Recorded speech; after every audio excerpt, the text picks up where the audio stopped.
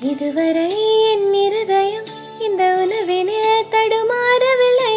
முதல் முறை இந்த இளமை சுகமுணர்கிறேன், நான் தூங்கவில்லை. நேற்று இல்லாத மாற்றம் என்னது? காற்று என் காதிலேதோ சொன்னது. அந்த இளவயதில் ஆற்றங்கரை மணலில் காலடி தடம் பதித்தோம், யார் அறிவார்? அஞ்சலி அஞ்சலி புஷ்பாஞ்சலி,